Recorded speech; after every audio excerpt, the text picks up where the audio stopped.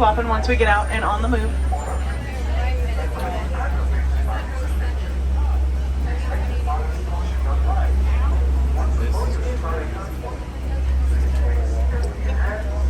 Yeah, you gotta let me alone. Here, let me alone this side. Slide down. Keep sliding. All right, my friends, on that right-hand side, watch those hands, arms, feet, and legs. Those doors are about to slide closed. Asante Sana, Morton, as we say here in Harambe, Twin Day, which means let's go. Jumbo friends, my name is Brenna, and you are aboard the Simba 1. If I've got any wilderness explorers on board, that is SIMBA1. You're going to want to remember that. Before we get headed into the Harambe Wildlife Reserve, let's go over just a couple safety tips. First, let's make sure we're keeping all hands, arms, feet, and legs inside the vehicle at all times, as well as remaining completely seated. That includes my lap-sitting friends. Let's also be sure to keep on those inside voices. Remember, this is their home, not ours, and if we get too loud, I can't get close to the animals. One more thing, if you're holding something in your hands, that is totally fine. Just make sure to hold on super tight to it. If you do drop something off the truck, be sure to let me know. We hope to have that item back to you by the end of the day. However, I can't promise that the other trucks or animals won't get to it first, so just be careful either way. I think that's everything. Looks like the warden has given us that cue to enter, so Twin Day, friends. Looks like first off we are entering the Little Aturi Forest. Animals here in the forest use browns and grays to camouflage, so keep your eyes peeled. Looks like we're already having some luck on that right-hand side. These friends are the Okapi. The Okapi are very shy and timid animals. A lot of people think they're related to the zebra because of that striped pattern on their booties, but they're actually the only known relative to the giraffe. We know this because of their long prehensile tongues. Okapi tongues can grow so long, in fact, they can lick their own eyeballs. They do, it's gross. Also on our right, that feathered friend is the saddle-billed stork. The saddle-billed stork gets that name from that yellow saddle pattern on its beak and can stand 5 feet tall with a 9-foot wingspan. Looks like we're also seeing one on our left. That 9 foot is about the length of that canopy above our heads. The saddle-billed stork use the rattling of their beaks to communicate because they do not have vocal cords. The saddle-billed stork also mate for life. A lot of people think those have to do with one another. A common theme in animals here in the forest is to have stripes on their back to help them blend in with the light shining through the trees. So keep your eyes peeled for that. Looks like we're seeing a great example of that to our left. This orange friend with the horns is the Bongo. The Bongo grow those horns on both the male and the females of the species, so the main way to tell the difference between them is by the darkness of their coat. Male Bongos will have darker coats, and those coats will only get darker with age. Also to our left with some stripes on their back are going to be the greater Kudu up there in the corner. The greater Kudu can stand 55 inches at the shoulder. Both the Bongo and the greater Kudu are known as the ghosts of the forest because they're real light on their hooves. Looks like we are headed out of the Little Aturi Forest and into the Safi River. So be sure to keep your eyes peeled for any hippos we might see. Though hippos are pretty hard to see because they can hold their breath for up to 8 minutes underwater. Looks like we are seeing a friend sticking their nose out to our right. A group of hippos is known as a bloat. The leader of the bloat is decided by who has the biggest mouth. Pretty unconventional form of government, but sure. Contrary to popular belief, hippos can swim, they just don't really like to. Instead, they prefer to walk along the riverbed. Hippos can open their mouths up to 4 feet wide, and those incisors inside of their mouths can grow to be around 18 inches long.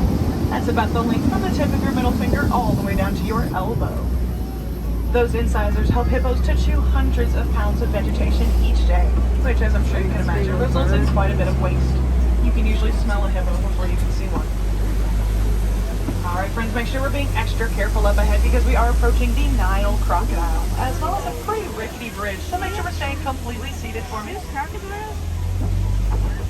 The Nile crocodile can grow to be around 18 feet long. That's as long as a giraffe is tall.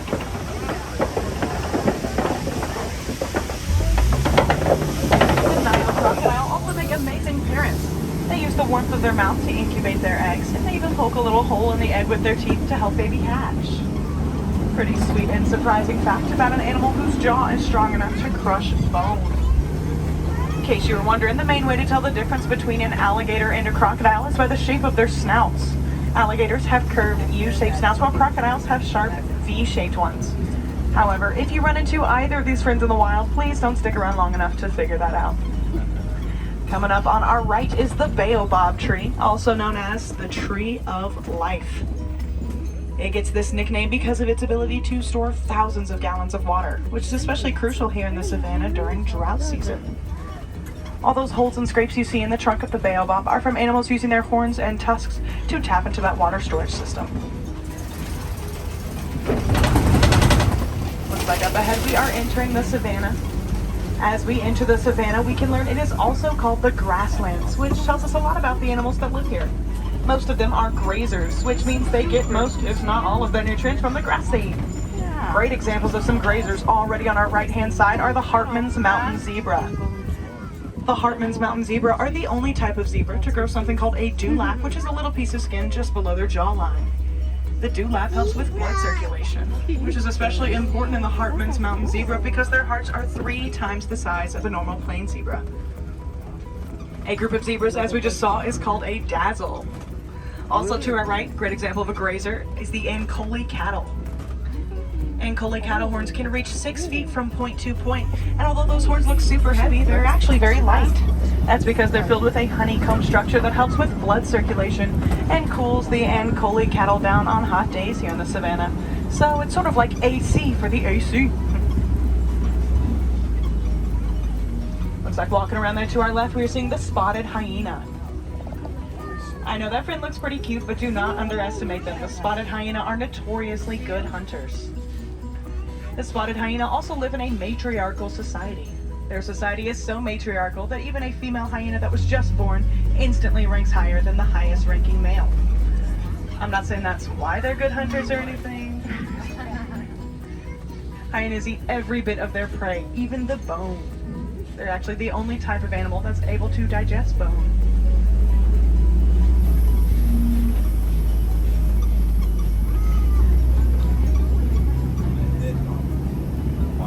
Like land down to our left, we're seeing some wildebeests. Wildebeests travel in herds, and during their great migration, these herds can reach up to 1.5 million. To put that in perspective for you guys, wildebeest herds during their great migration can be seen from a space satellite. It's really interesting that we're seeing some wildebeest and some zebras hanging out in such close proximity. Zebras in the wild will befriend wildebeests. They will eat with them, drink with them, share their hopes and dreams with them. Isn't that sweet? And then when a predator comes along, the zebra will kick the wildebeest in the face in order to stun it so he has time to get away. Don't be friends with zebras, guys. Looks like we're getting to see those Ankole cattle friends once again on our right. In addition to helping out with blood circulation, those horns also help out with sinus pressure. So during allergy season, the Ankole cattle will tip their heads back and forth to drain their sinuses into their horns. That helps to relieve headaches and just congestion overall. Wish we had something like that. Look at it. Also coming up on our left is going to be the largest type of antelope. This absolute unit is an eland. Male elands, in order to woo female elands, will dig their horns deep into the ground and come up covered in dirt and grass, sort of like a flower crown. If the female eland likes the flower crown, she will mate with him. If she doesn't, he better get out of there because she's very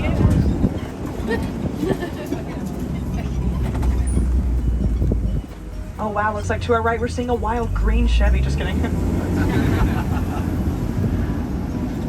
But up ahead on our left looks like we're going to be seeing a group of Maasai giraffe. A group of giraffe, as we are seeing, is known as a tower.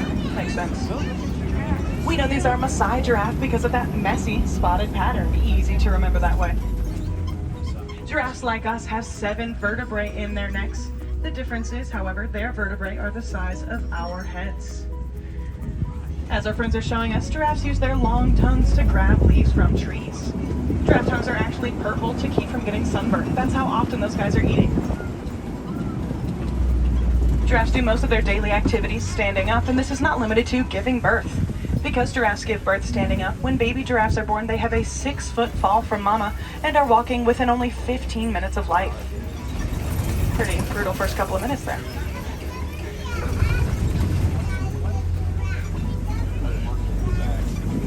Look out for some monkey business on our left. Looks like way back there in that corner we can see the mandrill. The mandrill are the largest and most colorful type of monkey and can live both in the trees and on land. They don't live in the land. And all of this mud and water makes this the perfect spot for some elephants to hang out. Elephants are the largest type of land mammal, reaching weights over 14,000 pounds in some cases. Despite that large size, elephants are terrified at the sight and sound of bees. Knowing this, a lot of farmers in Africa will surround their crops with something called beehive fences to protect them from trampling elephants. And as I'm sure you can imagine, this also helps those elephants to avoid some pretty dangerous situations with those farmers as well. And because elephants never forget, when they see or hear these bees, they will warn the rest of their herd, and that herd will not return to that land for another 15 to 20 years. Talk about holding a grudge, right? These fences also provide sanctuary for the dwindling bee population, as well as produce honey for the farmers to sell and provide for their families. So, sounds like everybody wins. Funding for that research was actually provided by the Disney Conservation Fund, which is a super cool thing to be a part of. You'll probably hear me talk about it a couple more times throughout our journey. Until then, looks like up ahead we're surrounded by some red clay pits, so keep your eyes peeled for some tusk marks we might see. Looks like we are seeing some on our right-hand side. This means that elephants have been here. Red clay is an elephant's favorite snack because it's loaded down with a ton of healthy vitamins and it's super yummy. If you ever see elephants traveling in a herd, it's very safe to assume that those elephants are female. That's because female elephants kick the males out of the herd at the age of 15, and those males travel alone for the rest of their lives. Elephants are just like us humans in a lot of ways. They use their trunks to grab food and water from the ground and bring it to their mouths because their necks are too short to do so, just like we use our arms. They also use those trunks to throw mud and dirt onto their backs to act as a protective layer between the harsh sun and their sensitive skin, just like we use sunscreen. Elephants are also like us humans in that they can live to be around 80 years old. Speaking of old, looks like on our right and coming up again on our left, we're going to see some more baobab trees. Baobab trees take hundreds of years in extremely hot environments to grow. The baobab tree gets a second nickname, which is the upside down tree.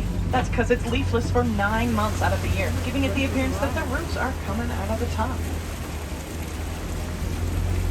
And then on this familiar shaped island to our left, we are seeing the greater flamingo. The greater flamingo get that beautiful pink color from the carotene in the shrimp they eat. Knowing this, a lot of fishermen in Africa will use that pinkness to gauge how much shrimp is in the water before heading out on their boats. If you notice that some of the flamingos are grayer than others, that's because they're babies. That grayness will fade with age. We as humans do the opposite, of course. Flamingos shift from leg to leg when the other leg gets tired, just like we do. They just tuck that other leg right up underneath their bodies. They can even sleep like that. Flamingos also have an amazing filtration system in their beaks, so when they pluck that shrimp out of the water, they have a sort of strainer within their mouth that drains all the water and just gives them the shrimp.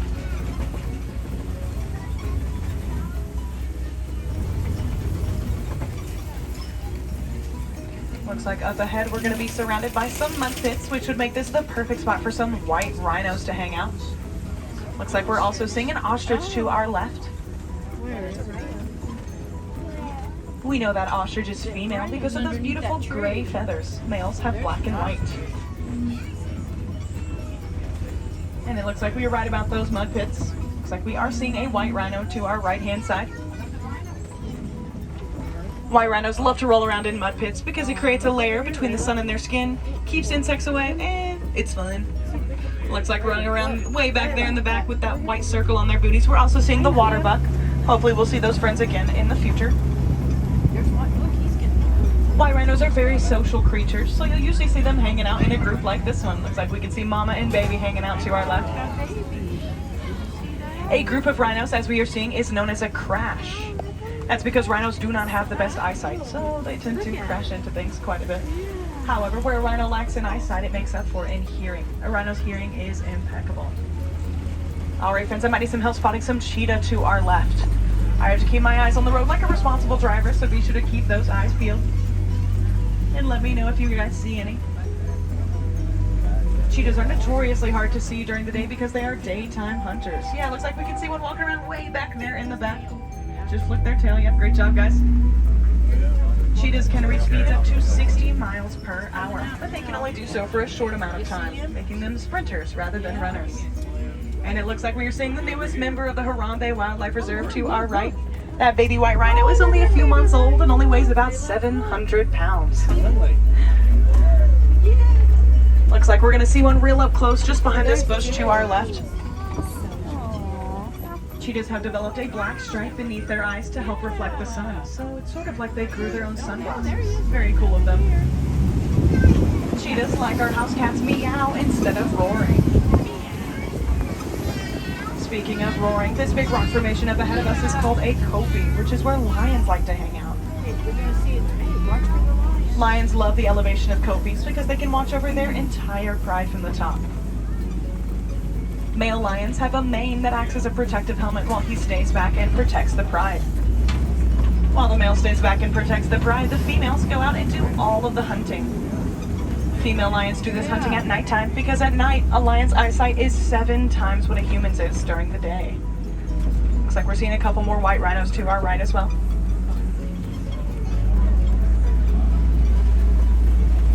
When lions are not hunting or protecting the pride, they spend anywhere from 16 to 20 hours a day resting, which is probably what they're doing right now.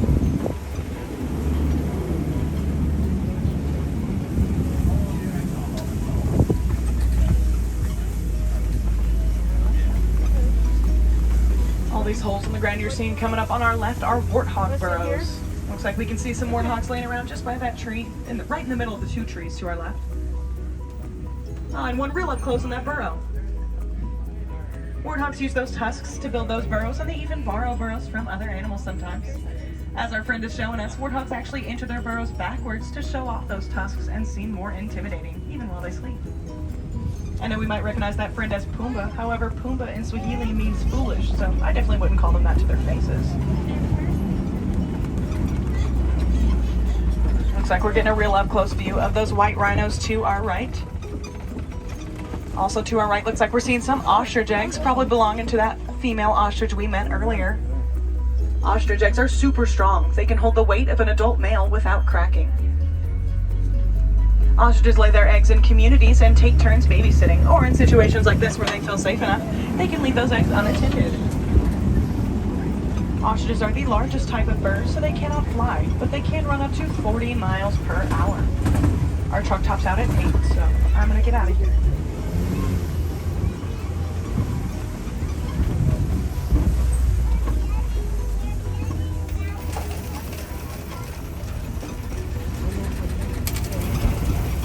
Alright friends, it looks like our safari is sadly coming to an end. You guys were awesome. Before we head out though, the warden asked us to check on their Nigerian dwarf goats. Nigerian dwarf goats are crucial for remote village life. They offer dairy, a hearty meat source, and as we can see coming up on the left, they don't take up much room at all. Nigerian dwarf goats are very social creatures. They do a lot of running and jumping and obviously climbing, and that all helps them to mature physically and socially. I know that makes these guys seem like super fun pets to own, but if you are considering adopting goats, please do a ton of research first. Goats are notoriously needy, sometimes more than toddlers. I guess that's why they call baby goats kids, huh?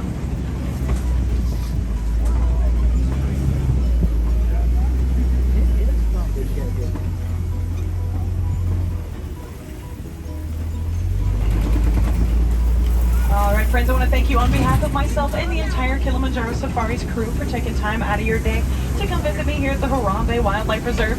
I hope we learned a ton about animals and conservation, and I hope we took a ton of photos and videos to show our friends and family once we get home. If the wilderness still calls and you'd like to see some more animals, be sure to check out some other opportunities we have here at Disney's Animal Kingdom. This includes the Gorilla Falls Exploration Trail here in Africa, as well as the Maharaja Jungle Trek in Asia. At these places you can see things like gorillas, naked mole rats, Komodo dragons, and even some repeats from today. The underwater hippo exhibit is a personal favorite. Gorilla Falls also has a baby gorilla on display, only 9 months old, so definitely head over and check her out. Both of those trails do close around 6:45 tonight, so I would head over to those sooner rather than later, of course. As we are approaching the unload deck, now would be a great time to start gathering up all of those personal possessions, phones, keys, wallets. I don't want them.